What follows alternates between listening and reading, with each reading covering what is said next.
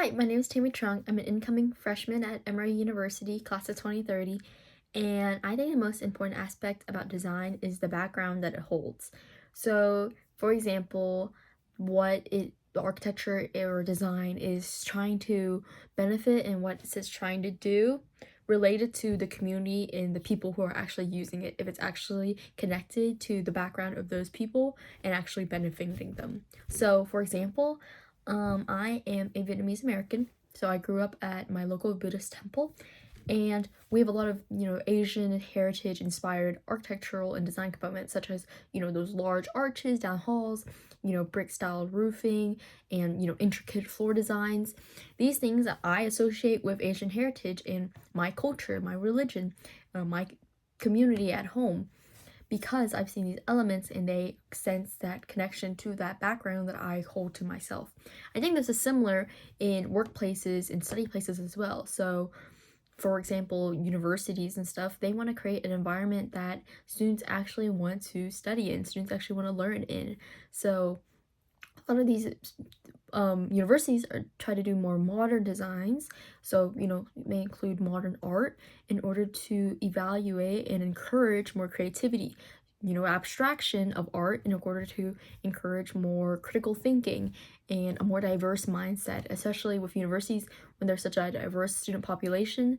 They want to do things that will be diverse to the whole group and the whole group can benefit from since everyone has a different background. So I think what the most important component to this design is making sure it fits all backgrounds that you are trying to benefit to. I think it's similar in workplaces where they're really trying to influence productivity. So a lot of these workplaces are just having this like gray everything, gray, black, white everything. And it isn't a place where, per se, an office space where it could really encourage creativity. Yes, that might benefit some people, but me, for example, I'm someone who really benefits from, color or a lot of inspiration from my environment. I think a lot of people find a lot of inspiration from environment in the color usage or the floor plan or the types of chairs even. I know a lot of places now they use like beanbag chairs to try to do more stimulation. But me, I did art in high school. I'm a visual arts major at my high school.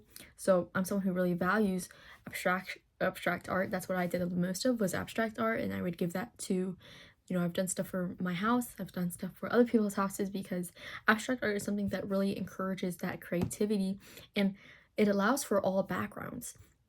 So that's why I think the most important component is this idea of making sure that your design, your architecture, your innovation is fitting the background of the person you're making it to.